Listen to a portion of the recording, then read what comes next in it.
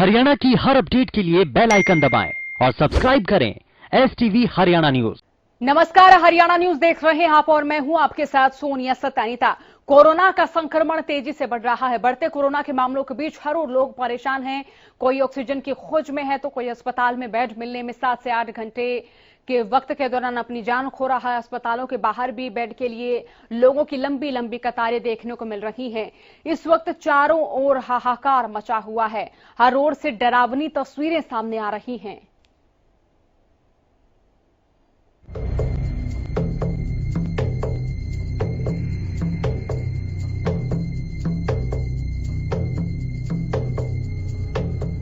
देश में कोरोना का संकट अपना विकराल रूप दिखा रहा है। हर रोज देश भर में रिकॉर्ड तोड़ मामले सामने आ रहे हैं, जिसको लेकर केंद्र और राज्य सरकारें अपने अपने तरीके से कोरोना को लॉक करने की कोशिशें कर रहे हैं।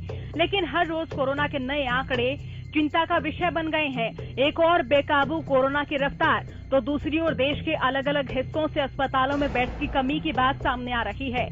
देश में इस वक्त हालात बद से बदतर हो गए हैं। पिछले 24 घंटे में देश में कोरोना के 3,92,488 केस सामने आए हैं और वहीं कोरोना से पिछले 24 घंटे में 3,689 लोगों की मौत हुई है, जबकि 3,07,865 लोग इस बीमारी को मात देकर घर लौट चुके हैं। हरियाणा में भी कोरोना की रफ्तार बरकरार है। प्रदेश में 24 घंटे में 13,588 नए मामले सामने आए हैं। आइए ग्राफिक्स के जरिए आपको बताते हैं प्रदेश के ताजा आंकड़े। प्रदेश में कोरोना का कहर जारी, कोरोना की रफ्तार बेलगाम।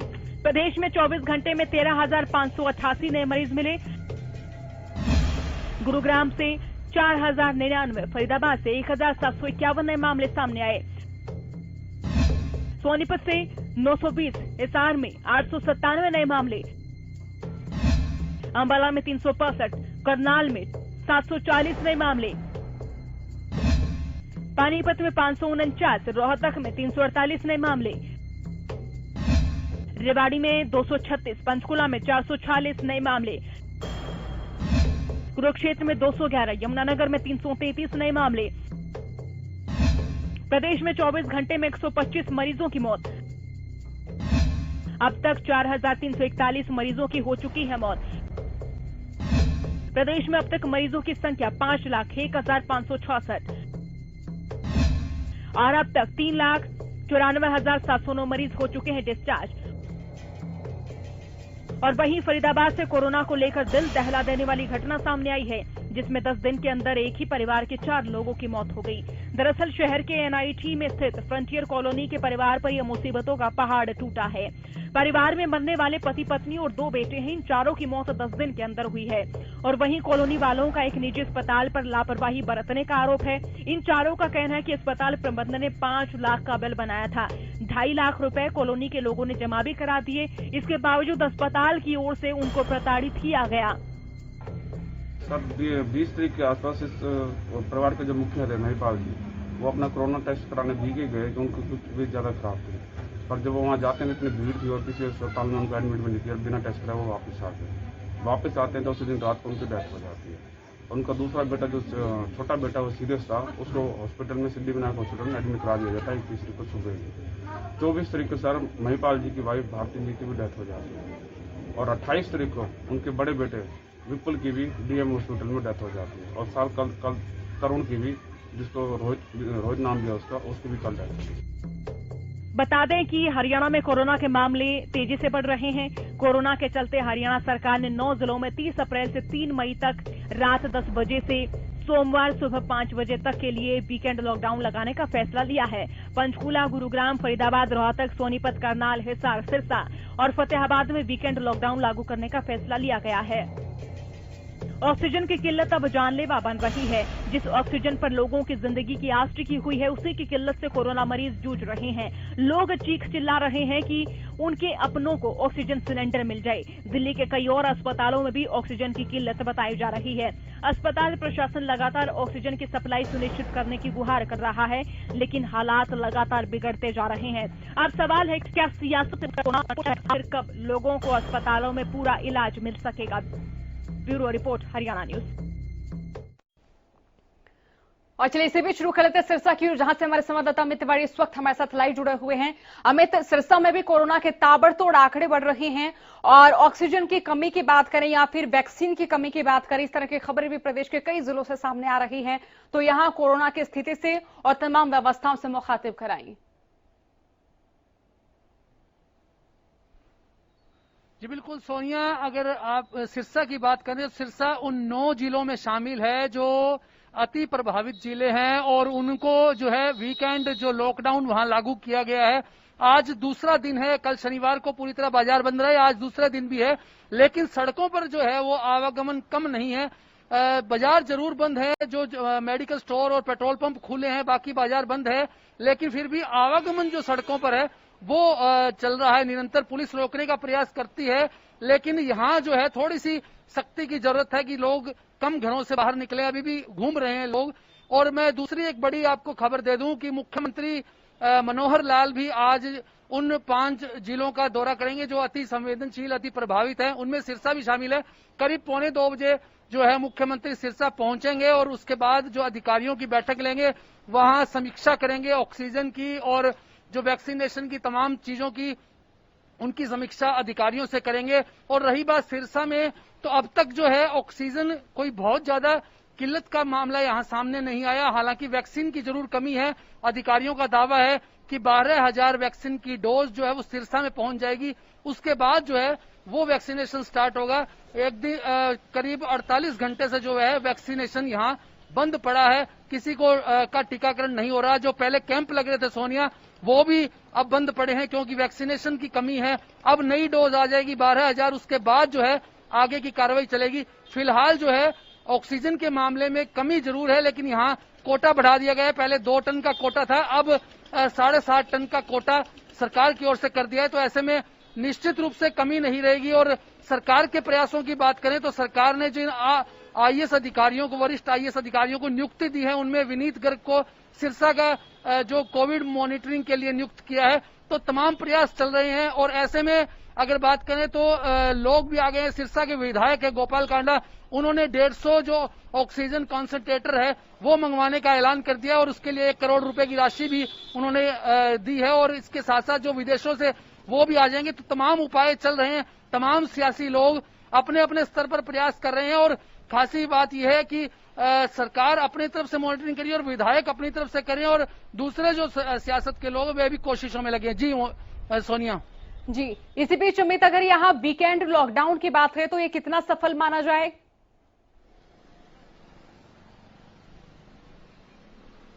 जी सोनिया, मैं जैसे कि पहले बताया था कि वीकेंड जो लॉकडाउन है वो सिरसा में लागू किया गया। कल शनिवार को पहला दिन था, दूसरा दिन है। सड़कों पर आवागमन कम नहीं है, लोग आ जा रहे हैं। दुकानें जरूर बंद पड़ी हैं, बाजार बंद पड़े हैं, सिर्फ पेट्रोल पंप और मेडिकल खुले हैं। जी सोनिया। चलिए, बहुत बहुत शुक्रिया अमित, तमाम अपडेट, तमाम जानकारी के लिए। इसी बीच शुरू कर दिया सोनीपत की ओर, जहां से हमारे संवाददाता लाजपत हमारे साथ जुड़े हुए हैं। लाजपत, आप भी बताएं, सोनीपत में कोरोना के आंकड़े लगातार बढ़ रहे हैं और यहां पर क्या स्थिति फिलहाल? जी बिल्कुल सोनिया, देखिए सोनीपत के हालात ये हैं कि पुलिस प्रशासन और स्वास्थ्य विभाग की टीम लगातार कोरोना योद्धा है, वो अपना प्रयासरत है, लेकिन अभी भी लोग लापरवाह हैं, जो रोड पर हैं, घरों से निकले हुए हैं। प्रशासन को और सख्ताई करने की जरूरत है, क्योंकि जैसे जैसे कोरोना के पेशेंट बढ़ रहे हैं, जैसे मौतों के आंकड़े बढ़ रहे हैं, ये आपके सामने लाइव तस्वीरें बयान करती हैं कि लोग बेपरवाह, लोग लापरवाह जो घरों से बाहर हैं, ये रोडों पर आपको दिखाई दे रहे हैं। रोड पर जो लोग लापरवाह हैं, जो रोड पर दिखाई दे रहे हैं, ये लोग लापरवाह है और इनकी लगातार लापरवाही सख्ताई चाहती है। कहीं ना कहीं सख्ताई होगी तो ही कोई इस पर पकड़ लग सकती है, कोई कार्रवाई हो सकती है। जो लोग लापरवाह है वो रोड पर आपको जरूर दिखाई देंगे। लेकिन सोनिया, सबसे बड़ी बात है, जो बाजार है, जो दुकानें हैं, उन्होंने कहीं ना कहीं इस बात को जरूर मान लिया है कि लॉकडाउन जो है प्रशासन की तरफ से, सरकार की तरफ से जो घोषणा की गई है, उनको उस बात को मद्देनजर रखते हुए जो दुकानदार हैं, उन्होंने इस बात को जरूर मान लिया है। क्योंकि आप देख सकते हैं बाजार पूर्ण तरीके से बंद है, लेकिन रोड पर ऐसे ही आवागमन लगातार जारी है। और जो दुकानदार हैं, उनकी तरफ से एक जरूर अपील है सरकार और प्रशासन से कि उनकी मदद की जाए। क्योंकि आप मानते हैं सोनिया, जैसे कि शिक्षा की जो है वो पढ़ाई है, उसकी फीस लगातार जारी है दुकान का किराया जारी है, मकान का जो किराया जारी है, तो सरकार को इन पर जरूर विचार करना चाहिए। लॉकडाउन जितना लंबा चले कोई दिक्कत नहीं है, चैन को तोड़ना जरूरी है, कोरोना से जीतना जरूरी है, लड़ेंगे और जरूर जीतेंगे, लेकिन कहीं ना कहीं सरकार और प्रशासन को इस बात पर जरूर विचार करना चाहिए ताकि दुकानदार हैं जो रोजमर्रा के जो कमा कर खाने वाले, जो जिनका पेट भरना था, वो दुकानें जरूर बंद हैं, तो दुकान का जो किराया है उसको माफ करवाया जाए, दुकान का, मकान का या बिजली बिल या जो अन्य खर्चे हैं जो रूटीन में चले हुए हैं, उनसे आप अंदाजा लगा सकते हैं कि काफी बोझ पड़ेगा लोगों पर। अगर इस पर सरकार ने ध्यान नहीं दिया तो ये संयम टूट जाएगा, और ये संयम टूटा तो काफी दिक्कत आएगी, काफी किल्लत आएगी। तो सरकार को इन 3-4 चीजों पर जरूर ध्यान देना चाहिए। बिजली बिल है, मकान का है, दुकान का है, या जो स्कूल की फीस है, क्योंकि आप अंदाजा लगा सकते हैं 2020 में जैसे आंकड़े बढ़े थे तो लॉकडाउन लगाया गया था, तो उसके मद्देनजर रखते हुए अब जो 2021 है तो धीरे धीरे मंदी लगाई थी और खर्चे जो है एडजस्टमेंट हुए थे, लेकिन फिर से लॉकडाउन हुआ। 2021 में कितने ज्यादा आंकड़े आ रहे हैं मौत के भी और कोरोना के भी, तो सोनीपत के लिए काफी बड़ी आफत है, क्योंकि यहाँ पर जो किराए के जो काम है वो काफी महंगे हैं। आप अंदाजा लगा सकते हैं कि दुकान का किराया और मकान का किराया और फीस का, जो लोग इन्हीं चीजों से जीवित है, तो वो उनको काफी किल्लत आ सकती है। सरकार को आगे आकर राजपा देखिए, बड़ा सवाल ये भी बन रहा है फिलहाल जिस तरह से शहरों में कोरोना के आंकड़े बढ़ रहे हैं, क्या उसी हिसाब से ग्राम क्षेत्र भी प्रभावित हो रहे हैं? क्योंकि शहरों में तो तमाम व्यवस्थाएं नजर आ रही हैं। अगर हम देहात की बात करें, ग्राम क्षेत्रों की बात करें, तो वहां इससे पहले भी स्वास्थ्य सुविधाएं काफी चरमराती हुई नजर आई थी, और अब क्या स्थिति है? देखिए सोनिया, जैसे हरियाणा न्यूज की टीम लगातार गांव के आंचल की बात करता है, और हरियाणा न्यूज जो है लगातार इसी बात का प्रयास कर रहे हैं कि लोग जागरूक हो और इस बात को कहीं ना कहीं इस बीमारी से लड़े और जीते। क्योंकि इसलिए जैसे गांव के आंचल की आपने बात की, तो गांव जो है वो एक, आप जानते हैं कि जोड़ जो होता है पशुओं के लिए पानी पीने के लिए होता है, वो पशु जीव जंतुओं के लिए होता है, लेकिन अब वो गंदगियों में अट चुका है, तो उसमें डेंगू और मलेरिया के मच्छर हैं, और मौसम चेंज हो रहा है। उन लोगों से जरूर अपील है कि आप ठंडी चीजों का इस्तेमाल ना करें, फ्रिज की चीजों का इस्तेमाल ना करें, क्योंकि जो ठंडी चीज खाते हैं उन पर ही ज्यादातर इस तरह की जो बीमारी प्रकोप करती है, जैसे डेंगू और मलेरिया और बुखार। तो कहीं ना कहीं जो गांव के आंचल हैं, आज गांव की बात करें तो गांव में भी ये बीमारी अपने पैर पसार चुकी है, बुरी तरह स्थिति बन चुकी है। लेकिन कहीं ना कहीं जो गांव के व्यक्ति, मौजूद व्यक्ति हैं, सरपंच है, मेंबर हैं, या नंबरदार हैं, या चौकीदार हैं, उनको प्रशासन से बातचीत करके गांव का समाधान करना चाहिए, ताकि इस बीमारी पर रोक लगे। जो गंदे जोड़ हैं उनकी सफाई करवाई जाए, ताकि इस बीमारी से जीता जाए।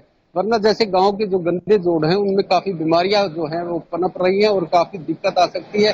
जैसे जैसे सोनीपत के जो नजदीक जो शहर हैं, गाँव हैं, उनमें काफी किल्लत है, क्योंकि काफी गंदगियां हैं। अवैध जो कॉलोनियां हैं उन पर प्रशासन को आगे आना चाहिए। अवैध कॉलोनियां उनको कहेंगे कि जैसे एक कॉलोनी में 500 कमरे हैं और उस कमरे में ही व्यक्ति रहते हैं, तो उसमें ऑक्सीजन भी नहीं घूमती।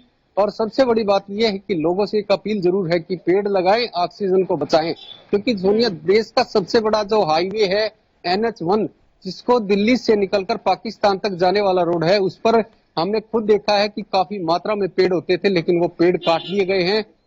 तो ऑक्सीजन जो है पेड़ों से मिलती थी, लेकिन पेड़ों को अब बुरी तरह काट दिया, तो ये कहीं ना कहीं जो काफी दिक्कत है। और पेड़ों पर अगर ध्यान दिया जाए, जैसे बीजेपी सरकार जरूर ध्यान दे रही है, लेकिन विभाग इसमें लापरवाह है। विभाग इसलिए लापरवाह है कि जो पेड़ लगाता है उसका ध्यान नहीं दिया जाता। ऑक्सीजन कहाँ से मिलेगी? ये तो व्यक्तियों पर नहीं, जीव जंतुओं को भी किल्लत आ रही है। जीव जंतु भी इससे बात जो लेकर कहीं ना कहीं मरते हैं, क्योंकि पोल्यूशन। बहुत शुक्रिया आपका इस तमाम अपडेट के लिए। रुक लेते पिहोवा की और जहां से हमारे संवाददाता गगन इस वक्त हमारे साथ जुड़े हुए हैं। गगन, आप भी बताएं, आपके क्षेत्र में कोरोना को लेकर क्या कुछ स्थिति देखने को मिल रही है? जी सोनिया, देखिए मैं आपको बताना चाहूंगा कि लगातार कोरोना केसेस बढ़ रहे हैं। तो देखा जाए तो कल 1 मई से जो 18 साल से ज्यादा व्यक्ति हुए हैं उनको वैक्सीनेशन लगनी थी, लेकिन देखा जाए तो यहाँ पर किसी भी प्रकार का कोई भी प्रबंध नहीं देखने को मिला है। देखा जाए तो जो लोग थे उनको काफी उम्मीद थी है कि 1 तारीख से वैक्सीनेशन स्टार्ट है वो नहीं है, लेकिन देखा जाए तो प्रशासन और जो सरकार ने दावे किए थे वो उनकी पोल खोलते हुए नजर आ रहा है। तो देखा जाए तो प्रशासन से लोगों को काफी उम्मीदें थी कि वैक्सीनेशन स्टार्ट हो जाएगी, कहीं ना कहीं राहत भरी सांस मिलेगी।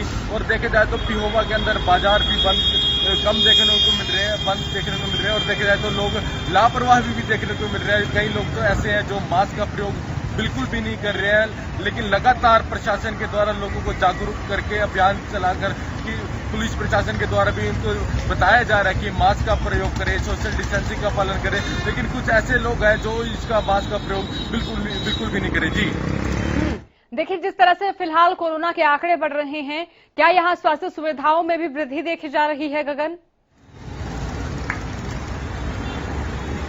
देखिए, स्वास्थ्य सुविधाओं की बात की जाए तो प्रशासनिक अधिकारियों द्वारा जब हमारी बात हुई है तो उनका कहना है कि उन्होंने कोविड सेंटर जो पिहोवा के अंदर 2-3 सेंटर बनाए हुए हैं जहां पर कोरोना पॉजिटिव केसेस जो व्यक्ति आते हैं उनको रखा जाता है, तो उनको पूर्ण रूप से उनका ध्यान रखा जा रहा है बात की। और देखा जाए तो जिस हिसाब से प्रदेश के अंदर कोरोना ऑक्सीजन की कमी भी देखने को मिल रही है, तो यहाँ पर पूरे रूप से प्रबंध भी किए गए हैं ऑक्सीजन को लेकर। जी इसी बीच यहाँ पर अगर नाइट कर्फ्यू की बात करें तो उसको लेकर क्या जिला प्रशासन सजग सतर्क नजर आ रहा है और लोगों की ओर से क्या प्रतिक्रियाएं?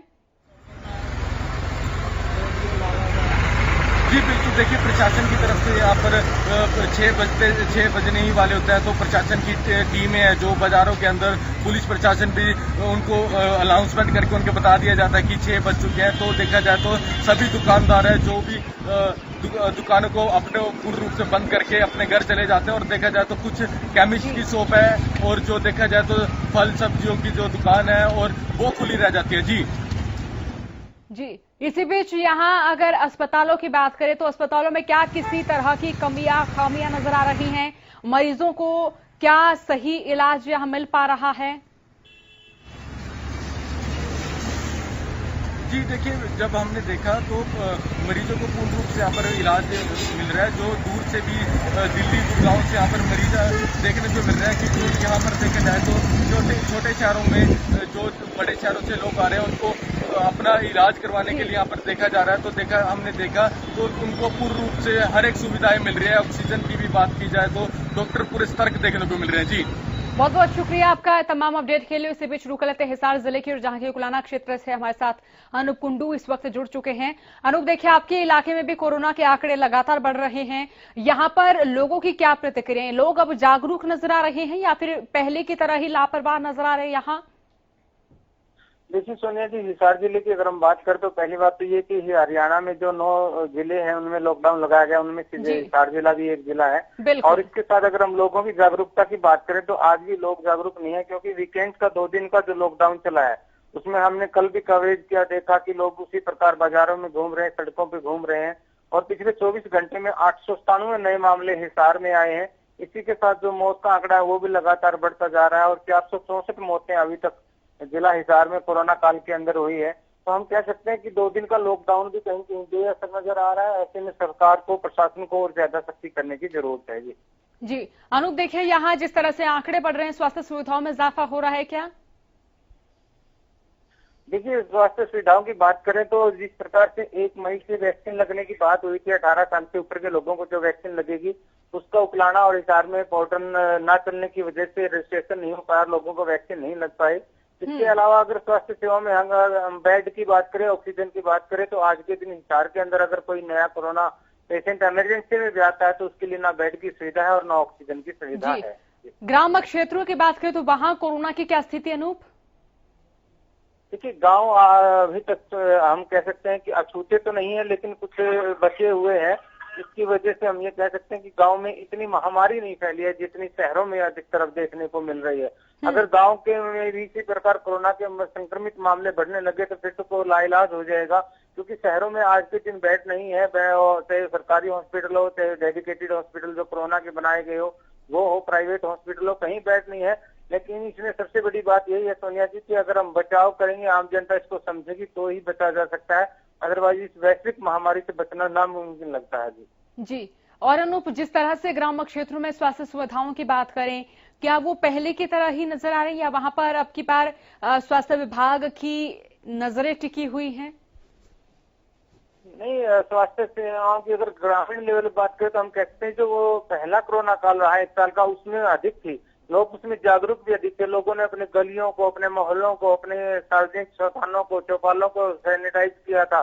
लेकिन इस बार तो वो भी दिखाई नहीं दे रहा कि लोग जागरूक होकर के आगे कहीं संस्थाएं आगे आ रही हों। क्योंकि जब लगातार हम ये देख रहे हैं कि पिछले साल की बजाय ये जो वेव आई है ये बहुत ज्यादा खतरनाक है, इसमें डेथ रेशो है वो भी अधिक हुआ है, लोग संक्रमित भी ज्यादा हुए हैं।